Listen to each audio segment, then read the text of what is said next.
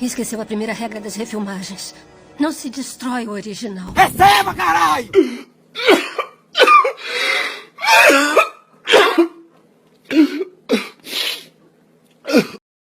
Pânico 6, a continuação de uma das maiores franquias de terror de todos os tempos. Criada pelo gênio do horror Wes Craven, criador também da clássica franquia A Hora do Pesadelo. Infelizmente, Wes nos deixou em 2015 vítima de um câncer no cérebro, e coincidentemente o seu último filme foi Pânico 4. Agora em 2023, Pânico ganhará uma nova sequência, porém, essa continuação não contará com a saudosa Neve Campbell, interpretando a protagonista Sidney Prescott. E você deve estar se perguntando por que disso. Afinal, como que a protagonista da franquia que deu vida a todo esse universo e a história sempre esteve ligada a ela não estará nessa sequência? A resposta a essa pergunta é bem mais dramática do que você pensa. Começando do início, os planos iniciais eram que Neve Campbell estaria sim em Pânico 6. Porém, o que aconteceu foi que por conta de uma discordância salarial entre a atriz e o estúdio, não foi possível concluir a negociação. Porém, veja só isso, para fazer o primeiro Pânico, Neve recebeu $1,5 milhão. Lembrando que nessa época fazia somente alguns anos que a atriz havia começado sua carreira. Para o segundo filme, ela recebeu o total de $3,5 milhões, o salário dela mais do que dobrou. No terceiro filme, a atriz ganhou o total de $4 milhões. No quarto e quinto filme, o valor ficou na faixa dos $5 milhões. E sabe quanto o estúdio, que é a Paramount, ofereceu para ela voltar agora em Pânico 6? Somente $750 mil. Isso mesmo, você não ouviu errado, ofereceram pra ela 750 mil pra ela voltar em Pânico 6. Eu nem preciso dizer o quanto isso é um desrespeito com a atriz. Dá só uma olhada no que ela falou, abre aspas. Eu não senti que o que estavam me oferecendo era igual ao valor que eu trago a esta franquia, e que eu trouxe a essa franquia por 25 anos. E como uma mulher nesse negócio, eu penso que é muito importante para nós sermos valorizadas e lutarmos para sermos valorizadas. Ela ainda completou dizendo: eu honestamente não acredito que se eu fosse um homem e tivesse protagonizado 5 filmes de uma enorme franquia por mais de 25 anos, que o número que foi me oferecido seria oferecido para um homem. E na minha alma eu só podia fazer isso. Eu não podia entrar no set sentindo isso, me sentindo menosprezada e sentindo a injustiça, ou a falta da justiça em torno disso. Cara, simplesmente não dá.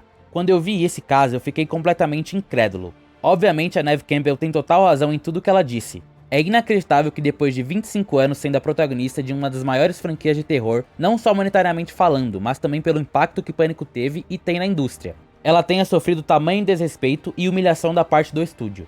E infelizmente isso que ela disse é a mais pura realidade. Se fosse um ator exatamente na mesma situação que ela estava, jamais o estúdio agiria dessa forma com esse ator. Infelizmente o machismo e o sexismo é uma realidade constante dentro e fora de Hollywood. Agora vamos falar sobre o porquê eu acredito que Pânico 6 será um desastre. Existem diversas franquias de terror que perdem sua qualidade com o passar do tempo. Franquias como Sexta-feira 13, Hellraiser, A Hora do Pesadelo, Halloween, entre várias outras. A pergunta é, por que elas perdem sua qualidade e por que duram tanto tempo? A resposta é bem simples. O que acontece com essas franquias é que normalmente o primeiro filme é muito bem sucedido, tanto financeiramente quanto publicamente. E os estúdios vendo isso começam a acreditar que é possível criar uma franquia com diversos filmes visando ganhar milhões por cada produção, usando um orçamento muito baixo. E justamente por esse motivo diversas franquias perdem sua qualidade. Os estúdios, por pura ganância, visando ganhar cada vez mais dinheiro, diminuem o orçamento do filme e não se preocupam com os envolvidos na produção, pois para eles tanto faz, e o resultado é que a franquia perde sua qualidade ao passar de cada filme, e ficam cada vez mais cansadas até serem enterradas de uma vez. Agora, por que essas franquias conseguiram chegar tão longe, tendo tantos filmes lançados? Essa questão também é bem simples de ser respondida. Com o lançar desses filmes dá para notar claramente que uma franquia está no fundo do poço. O que acontece é que existem duas parcelas de pessoas aqui. A primeira é os fãs dessas franquias, que mesmo sabendo que a saga está no fundo do poço, ainda acreditam na melhora dela e vão ao cinema assistir aos filmes. E todas as vezes saem decepcionados do cinema. A segunda parcela também envolve os fãs, mas em uma situação oposta. Essa parcela não acredita que a franquia está no fundo do poço. Elas assistem aos filmes e divulgam como se fosse a melhor coisa do mundo. E não somente isso, também defendem com todas as suas forças tudo que está sendo feito por esses estúdios. Em outras palavras, esses são os fanboys, que aceitam qualquer coisa, e quando são questionados com fatos, falam qualquer besteira sem sentido para defender a todo custo essas franquias, na maioria das vezes sendo grosseiros e arrogantes. Então, os estúdios vendo que conseguem fazer muito dinheiro com qualquer coisa, vão espremer até a última gota da franquia, até não poderem mais. Obviamente, também tem as pessoas que gostam dessas franquias, ou por nostalgia, pois assistiu quando era muito novo, ou porque simplesmente algo ali atraiu sua atenção. Então é por isso que franquias assim, ruins, existiram e existem por tanto tempo. Mas você deve estar se perguntando, o que tudo isso tem a ver com Pânico? Pois todos os filmes de Pânico são bons. Eu concordo 100% com essa afirmação. Realmente todos os filmes de Pânico no geral são bons filmes. O que acontece aqui é que Pânico já está saturado devido à sua estrutura.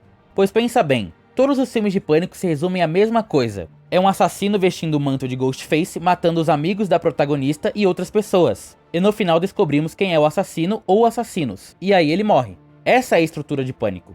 E depois de 5 filmes, a saturação é inevitável. E eles não podem sair dessa estrutura, porque aí não vai ser mais Pânico, entende? A verdade é que Pânico deveria ter sido encerrado no 5º filme, mas eles não vão fazer isso. Além do 6º filme, já foi confirmado o 7º também. É exatamente como eu disse, eles vão espremer a franquia até a última gota, e Pânico vai se tornar exatamente como essas outras franquias que citei, chata e vazia. Para vocês terem noção, o 4º filme de Pânico só foi lançado 11 anos depois do 3º filme. E o elenco principal só aceitou reprisar seus papéis se Wes Craven estivesse envolvido no projeto. E assim foi feito. Havia planos para um 5º filme após o lançamento do 4º, mas após a morte de Wes, Pânico ficou na geladeira novamente por 11 anos. E até o momento, Pânico 5 é o último filme lançado.